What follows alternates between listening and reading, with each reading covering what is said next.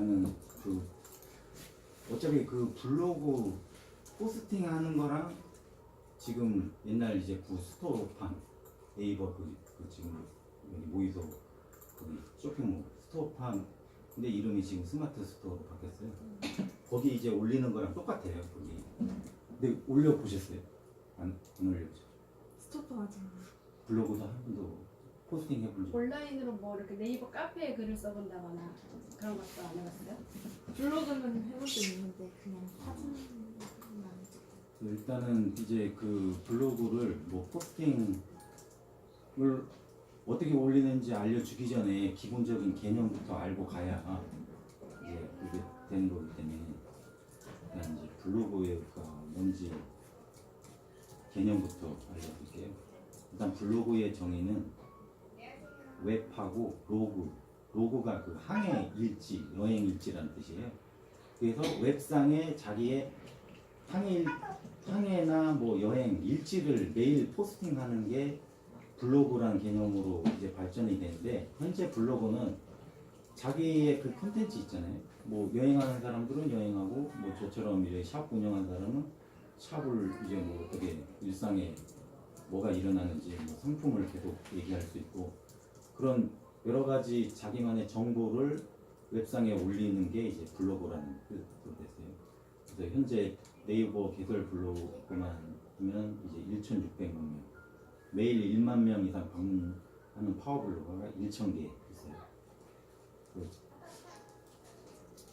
근데 이런 일상 포스팅을 기본 개념으로 가진 이제 블로그가 유통과 홍보에 중요한 위치를 차지하는 그런 걸 됐어요. 왜냐면 여러 가지 이제 뭐 포스팅을 했는데 사람들이 블로그를 보다 보니까 그 이제 상업적으로 이렇게 노출한 게 블로그가 가가지고 그 상업으로 돈 벌게끔 하는 그런 홍보성 블로거들이 많이 생겨난 거거든요.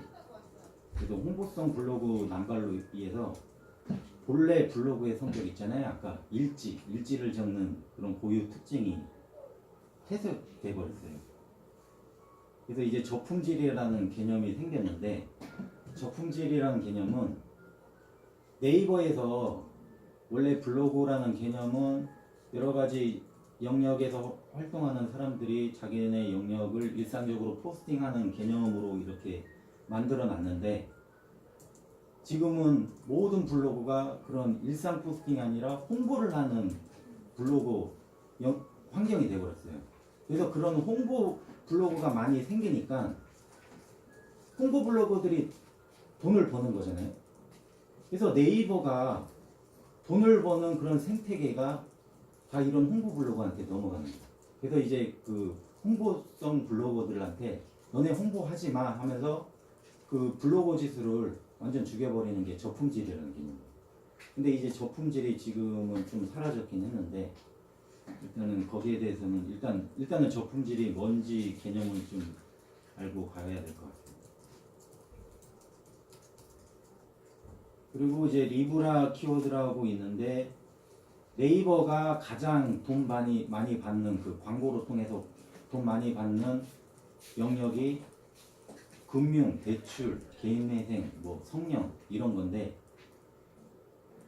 네이버 입장에서 이런 키워드로 돈을 많이 버는데, 엄청나게 돈을 버는데 블로거들이 이걸로 돈을 빼가면 이거를 네이버 입장에서는 차단시켜야 되잖아요. 그래서 이게 완전하게 차단시키는 강한 키워드가 이제 리브라 키워드라는 개념이에요. 그래서 일단 블로그는 이제 유형별로 두 가지로 나눌 수 있는데, 첫 번째는 가치형 블로그, 두 번째는 홍보형 블로그예요. 그 가치형 블로그는 아까 그 본래 블로그가 태생을 했을 때 원래 그 블로그의 기본 개념, 그냥 자기의 관심사, 취미, 뭐 일상 내용들을 포스팅하는 거고, 홍보형 블로그는 아까 말한 그런 거잖아요. 뭐 이제 돈 받고 업체에서 돈 받고 그냥 홍보만 하는 거. 그냥 홍보형 블로그가 왜 문제냐면 소비자들도 외면하는 거예요. 맛집을 갔는데 진짜 그 맛집을 간 소비자가 맛있어서 이제 포스팅한 게 네이버에 올라오는 게 아니라 돈 받고 맛 없어도 맛있게끔 포장해가지고 네이버에 올라버려가지고 소비자 입장에서는 이제 블로그를 신뢰를 안 하는 거예요. 진짜 맛집이라고 갔는데 이게 돈 받고 맛집이 아니었던 거예요. 그래서 처음에 이제 블로그를 시작할 때는 그 가치형 블로그로 시작을 해야 돼요. 홍보용 블로그로 시작하면 블로그가 아까 말씀드린 그 저품질 같은 개념으로 네이버가 블로그를 키워주지가 않아요.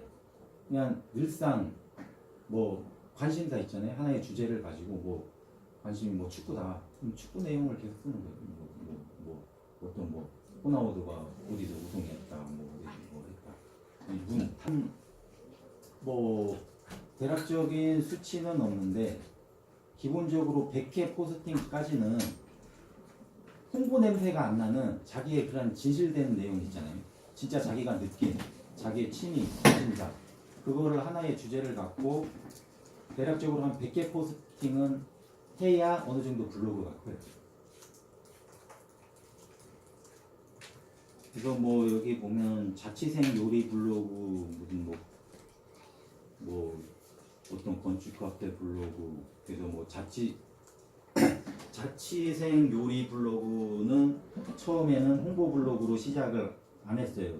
자취생이 그 남자 자취생인데 자기 그 원룸에서 밥 안 사 먹고 자기가 이제 그 자취방에서 계속 요리를 하는 거를 일상적으로 계속 포스팅을 했는데 그게 어느 정도 누적되다 보니까 사람들의 관심을 사귀는 거예요. 그리고 블로그 포스팅을 계속 누적이 되면 블로그도 커지고 이제 자기 요리가 일반 그 자취생한테 이렇게 노출되면서 블로그도 커지고 엄청나게 이제 그 블로그가 커지니까 이제 요리 업체들까지 이 사람한테 의뢰를 하는 거예요.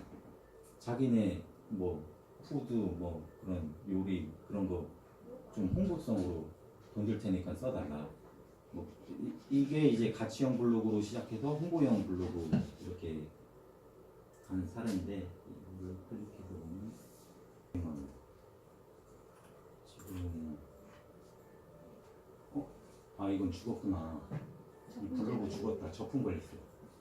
그러니까 처음에는 이게 무슨 뭐 몇만 명 일방문자였거든요. 근데 하도 이제 유료로 뭐 이런 맛집 리스트 이거 다 여기 맛집 회사에서 돈 받고 포스팅한 거예요. 이런 게 하다 보니까 그 네이버 입장에서는 저품 걸려버리고 죽었네. 그러니까 처음에는 이 숫자가 아니라 뭐 몇천 명 되니까 누적이 몇백만 명이 된 거예요. 그러니까 이게 저품이 걸리는 사례고. 저품질 노출이 안. 예를 들어서 여기 제주모의소에 오는 사람들이 뭐 공항 근처에서 어떤 키워드를 쓰잖아요. 뭐 예를 들어가지고 뭐 공항 근처 소품샵, 뭐 제주 기념품샵. 그래서 이제 한 3페이지 이후로는 안 보잖아요, 사람들이. 그래서 3페이지 전에 노출 안 되게끔 막아버리는 게 저품이라는 게. 그리고 첫 페이지 정도에 나오는 블로거가 거의 파워블로거고. 따라 다른데 뭐 5,000원부터 뭐 지금 3만원. 뭐 진짜 뭐 파워블로거들은 뭐 몇십만 원 받는 경우도 있고 뭐 그거는 이제 키워드가 얼마나 세냐 안 세냐에 따라 틀려요. 아까 얘기한 것처럼 뭐 성형외과, 뭐 부동산 그런 거는 진짜 웬만한 블로그는 1페이지에 안 뜨는 블로그인데 그거를 만약 PC든 모바일이든 1페이지에 뜬다 그러면 포스팅 하나당 몇백만 원 할 수 있어요. 그래서 지금 5,000원부터 이렇게 하는데 지금 여기 이 강의하는 것도 뭐 스토어팜이든 블로그든 이제 카페든 포스팅만 하면 이 강의를 하는 거예요. 또 뭐 팔라워 블로그는 포스트한 원고료 10만원, 15만원 이렇게 하고 이 원고료에 대한 개념은 이제 뭐 네이버에 블로그가 어떻게 수익을 창출하냐 그 네이버에 블로그 수익이라 치면 이런 글들이 나와요. 원고료 수익에 대해서 뭐 블로그로 수익을 어떻게 내지 뭐 이런 내용도 나오고 블로그로 뭐 월 800만 원 벌기 가능할까요? 가능해요. 근데 블로그 엄청난 블로그를 가지고 있어야겠죠. 뭐 원고료 수익 아까 가치형 블로그는 자기만의 그 방향을 가지고 처음에 시작해야 된다고 했잖아요. 뭐 방향이 아니라 내가 뭐 육아일 이야기 썼다가 여행 이야기 썼다가 중구난방으로 쓰면 블로그가 잘 안 커요. 확실하게 이제 컨셉을 잡고 그 컨셉에 맞는 포스팅을 계속적으로 써야 블로그가 크는 거예요.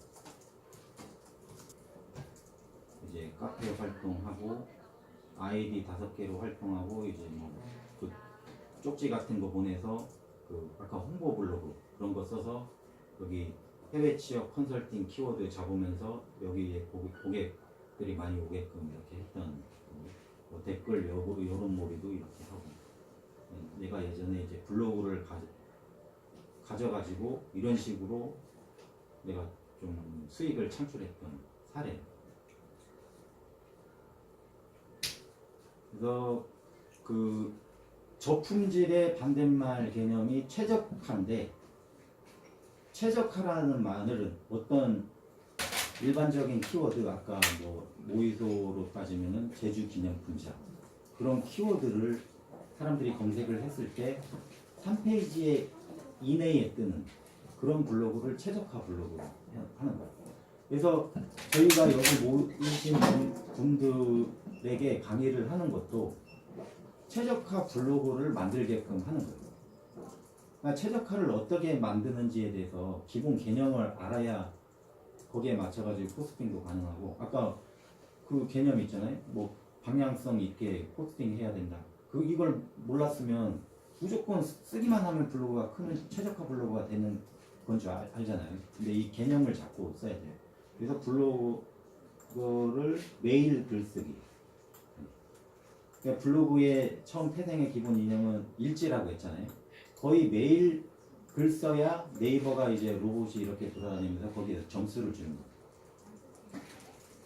그래서 사진 수는 보통 포스팅 하나당 8개에서 10장 직접 촬영한 사진을 써야 돼요. 어디서 이제 다운 받아가지고 그 사진을 올리면 그게 이제 중복 사진으로 걸려서 네이버에서 그것도 저품질 사유가 되거든요. 다른데 있는 똑같은 글이나 뭐 사진 그런 거를 고용해가지고 그래서 텍스트는 뭐 1000바이트, 1000글자 정도. 그래서 보통 보면은 그 사진 8장이다 그러면 사진 하나당 사진에 대한 내용 글 뭐 4줄 정도 이렇게 하면 거의 좀 그 양식에 맞는 포스팅이 돼요. 그래서 이웃과의 소통도 중요한데 처음 블로그 할 때 이웃이 없잖아요. 그럼 블로그를 어떻게 키워야 돼요? 이렇게 하는 사람들을 한 5명에서 10명 협약해가지고 서로 댓글 써주고 공감, 좋아요 눌러주는 거예요. 그냥 블로그를 최적화 시키는 모임이 있거든요. 뭐 그런 카페도 있고 그런데 해서 서로 이제 그 품앗이를 하는 거예요. 그래서 네이버가 좋아하는 글들은 신뢰 있는 정보. 그러니까 아까 홍보성 블로그들이 포스팅하는 게 소비자들이 신뢰를 안 하는 게 가식적인 거잖아요. 신뢰성이 있지 않는 거잖아요. 자기가 실제 느끼고 다른 사람들이 그 포스팅을 봤을 때 도움이 되는 거예요. 그런 게 이제 신뢰성 있는 포스팅. 그리고 뭐 직접 경험하여 작성한 후기. 그러니까 후기예요, 후기. 근데 후기가 가라 후기가 아니라 자기가 직접 체험한 후기. 그리고 독자적인 정보로서의 가치. 이거는 네이버 입장에서 뭐 어떤 상품에 대한 내용이 있어요. 뭐 이런 뭐 예를 들어 가지고 솔립에 대해서 그 사람들이 궁금해하는 사람들이 있잖아요. 근데 솔립에 대해서 누가 이 정보를 포스팅하는 게 엄청나게 많은 것보단 혼자 이거를 알려주면 네이버는 엄청 좋은 거예요. 왜냐면 네이버 입장에서는 그 자기네 입장에도 그런 정보 컨텐츠가 쌓이는 거잖아요. 그러니까 독자적인 정보로서의 가치가 있는 길, 그리고 충분한 길이 정보와 분석 내용. 충분한 길이는 아까 1000바이트, 뭐 사진 8장 정도. 그리고 공유 추천하고 싶은 문서. 그러니까 공유 추천하고 싶은 문서는 내가 여기 어떤 포스팅에 엄청난 도움이 되는 포스팅이다. 그러면 딴 사람한테 이렇게 보내잖아요. 공유로. 그런 문서. 그리고 글을 읽는 사람을 생각한 문서. 그러니까 글을 쓰는 사람이 아니라 글을 읽는 사람이에요. 글 쓰는 사람이 자기 내가 여기 기념품 샵을 운영하고 있는데 이런 기념품 샵 운영하면서 상품에 대한 내용을 나만 알고 있는 글로 막 쓰는 거예요. 이거는 어떤 클레이라는 걸로 만들고, 근데 기념품 샵을 검색하는 사람들은 클레이가 뭔지 그런 전문적인 용어는 모르잖아요. 그러니까 그 글을 누가 읽는지 그 사람한테 맞춘 그런 포스팅, 그리고 사용자가 쉽게 읽고 이해할 수 있는 문서. 부동산업자가 부동산에 대해서 건축 용어 엄청난 게 전문화된 건축 용어로 쓰고, 엄청 분석적인 내용 쓰고, 왜 부동산 키워드 집 보러 오는 사람들 그걸 읽으면 모르잖아요. 그러면 이거는 잘못된 포스팅이에요. 그 최적화 블로그 포스팅 방법은 처음부터 상업적 글 쓰면 블로그가 크지 않기 때문에 처음에는 가치성 있는 블로그, 일상 포스팅 그런 내용으로 써야 되고, 이제 창조성은 아까 그 블로그만의 이제 그 독자적인 정보 있잖아요. 아까 말씀드린 그런 거. 그리고 꾸준히 업데이트. 매일 글 쓰면 가장 좋은 거고요. 그러니까 네이버에서 최적화 블로그를 만들어 주는데 점수를 주는데, 포스팅당 예를 들어 가지고 1점을 줘요. 1점. 하루에 1점을 줘요. 그럼 2개 포스팅하면 2점이잖아요. 그럼 하루에 또 3개 포스팅하면 3점이잖아요. 그 4개 포스팅하면 4점이 돼야 되잖아요. 근데 4점이 아니에요. 3개 이하. 그냥 매일 그냥 그 하루 정도가 나은 거예요. 그러니까 댓글 달면 또 네이버에서 1점 주고, 공감 받으면 1점 주고. 그러니까 그 점수가 어느 정도 한계에 어느 정도 일정 수준에 도달하면 최적화가 되는 거예요. 그러니까 내가 한 달 전에는 맨날 포스팅을 해요. 근데 방문자 수가 처음에는 한두 명만 들어올 거잖아요. 근데 어느 순간부터 몇백 명 올라오는 단계가 있어요. 그 시점이 최적화가 됐다는 거예요. 네이버가 이 블로그는 진짜 네이버 입장에서 도움이 되는 블로그구나 해서 최적화를 딱 시켜주면, 그 다음부터는 최적화됐기 때문에 어떤 키워드 쓰면은 3페이지 이내에 딱 노출이 되면서 상위 페이지에 노출이 되면 사람들이 많이 읽잖아요. 예를 들어가지고 이 개념을 모를 수 있는데,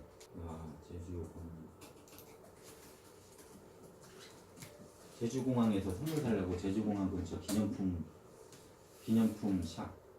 샵을 검색을 했어요. 그러면은 거의 첫 페이지 있잖아요. 그래서 더 궁금하면 한 3페이지까지 읽잖아요. 근데 3페이지 이후로는 안 읽잖아요. 거의 안 읽어요. 그래서 3페이지 4페이지 있는 거 보면은 이게 거의 여기 첫 페이지 있는 이런 일반적인 키워드 쳐서 첫 페이지 있는 블로거가 10페이지 다음 페이지에 있는 블로거보다는 더 사람들이 많이 글 읽을 거잖아요.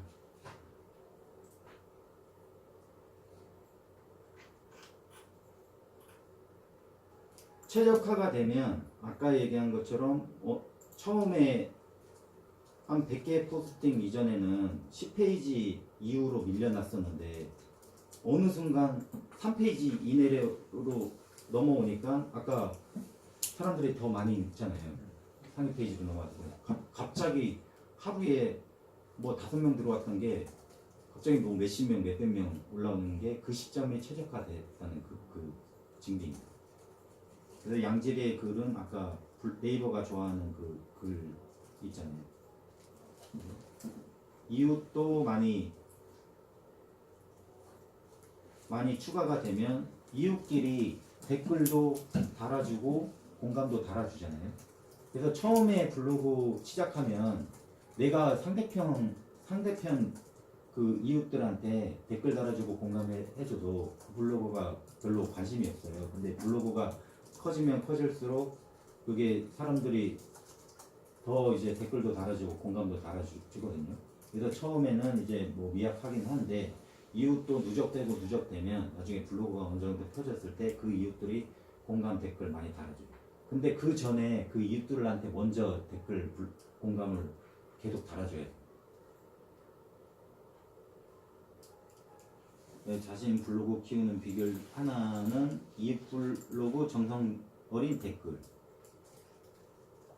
그래서 처음에 이제 포스팅에서 해야 될 거와 해야 되지 말아야 될 거. 키워드. 일개글에는 중복 키워드가 있으면 안 돼요. 뭐 예를 들어 그 제목에 키워드가 뭔지 알아요? 키워드가 인스타그램 같은 데 해시태그 해가지고 하는 게 키워드예요. 그러니까 그거 갖고 사람들이 인스타든 블로그든 넘어가는 거예요. 포스팅. 뭐 공항 근처에서 뭐 축구부 뭐 단체 술집을 검색하잖아요. 그럼 뭘로 검색? 뭐 공항 근처 단체 술집 이렇게 검색하겠죠. 뭐 연동이면 연동 단체 술집, 뭐 연동 횟집 이렇게 검색하는. 그게 다 키워드. 사람들이 검색하는 거 간단히 말해가지고.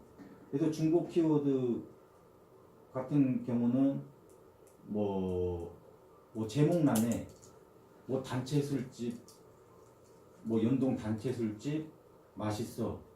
여기 단체 술집 와. 그러면 단체 술집이 두 개 중복되잖아요. 그렇게 이제 중복되지 말라는 거. 그 텍스트, 중복 텍스트. 예를 들어 가지고 A라는 사람이 글을 썼어요. 그걸 CTR 해가지고 내 블로그에 붙여넣기 해봐야 그거 아무 점수도 못 받아요. 아까 블로그 한 개 포스팅하면 네이버에서 점수 준다고 그랬잖아요. 그 점수 아무것도 점수 안 되고 오히려 마이너스 100점이 될 수 있어요. 저품 걸릴 수 있어요. 중복 이미지도 하면 안 되고 중복 이미지. 가능하면 직접 촬영한 사진, 제작한 이미지.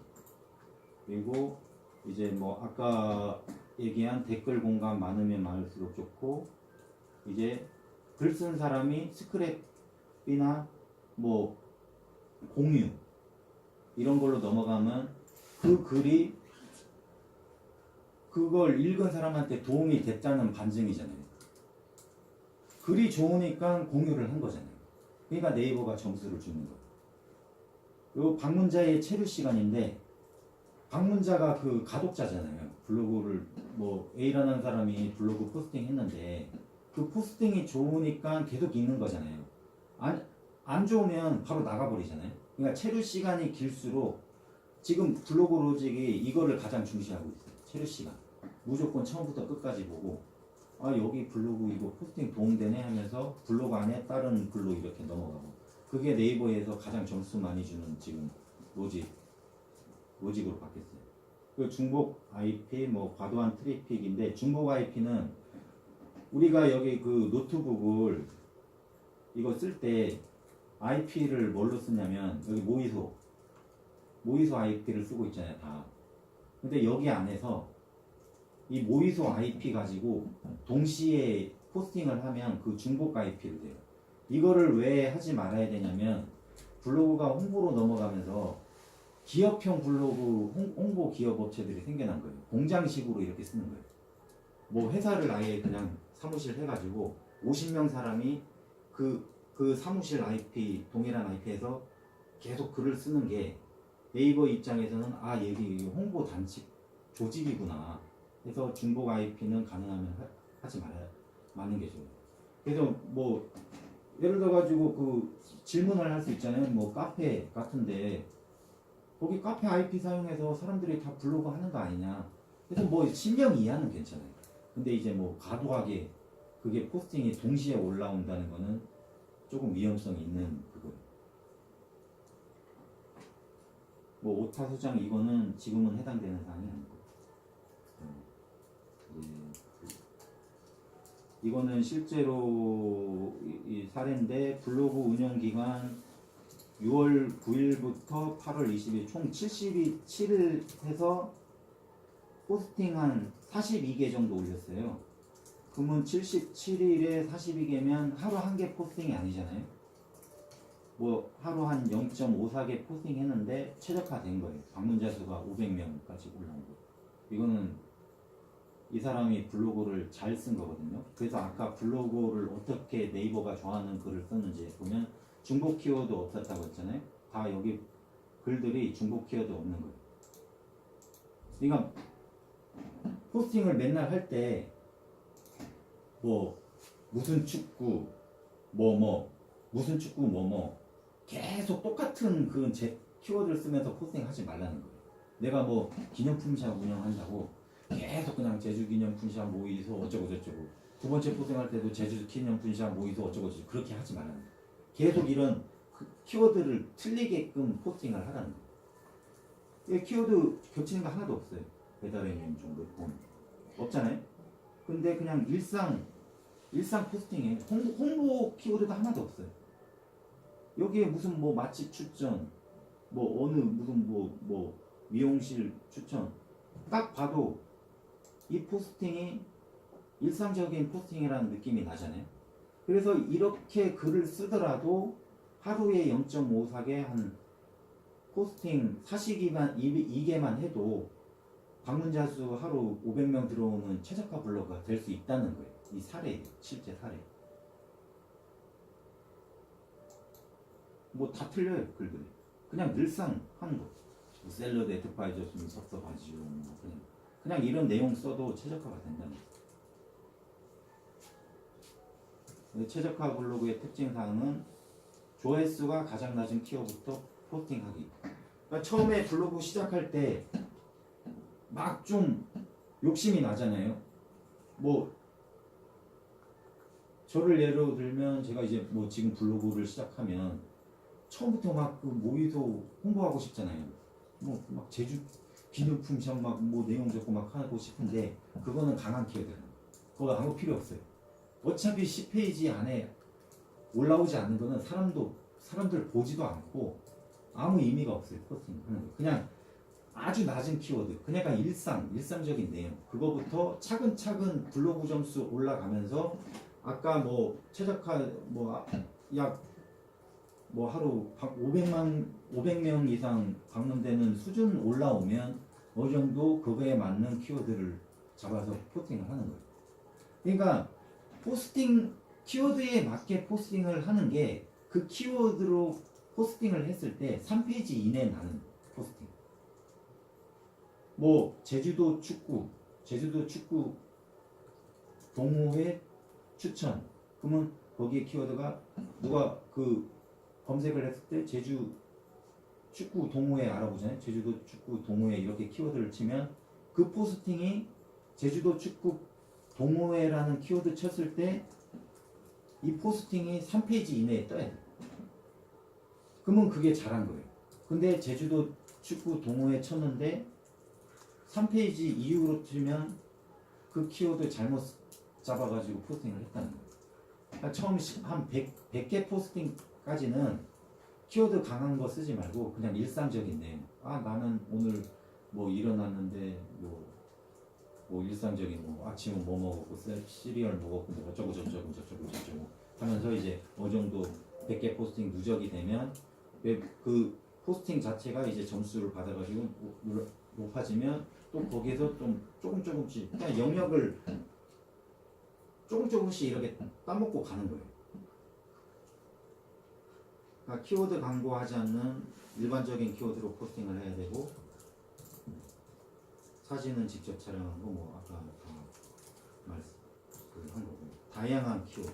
그러니까 중복 키워드 하지 말라 그랬잖아요.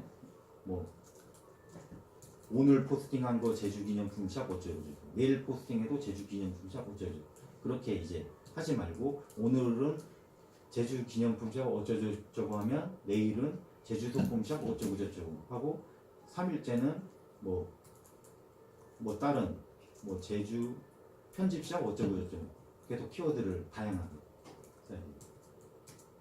그래서 키워드 예시 보면은 이제 키워드가 이제 조회되는 게 이렇게 있어요. 그 네이버 광고 관리 시스템 보면 어떤 키워드가 PC 상에서 몇 회, 한 달간 몇 회 좋아야 되는지 모바일이 몇 회 좋아야 되는지 이렇게 나와요.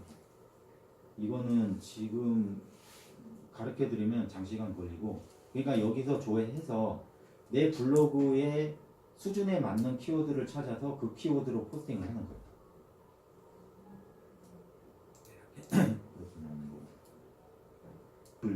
이별 글귀, 이거 사람들이 포스팅 이별 글귀로 키워드 조회해서 사람들이 얼마나 조회를 하냐.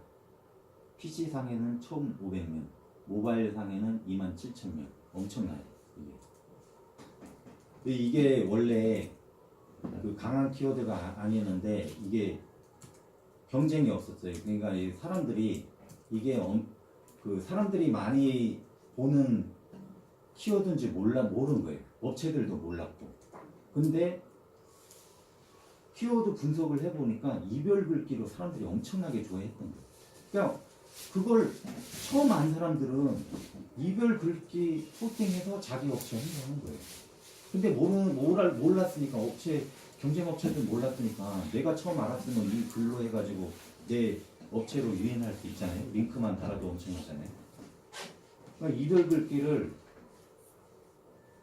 이만큼 좋아했다는 거는 거의 뭐 진짜 2만 회 정도는 거의 제주기념품 샵 값이 그만큼 이별을 많이 하는 사람이 있다는 거. 이별 글귀를 불러. 근데 강남역 술집 27,000이잖아요. 이별 글귀랑 똑같아요. 강남역 술집 엄청나게 강한 키워드입니다. 이거 강남역 술집 키워드 잡아가지고 포스팅해서 첫 페이지에 노출되면 이거 몇십만 원 받아요. 포스팅. 근데 강남역 술집으로 경쟁 현황이 지금 10이잖아요.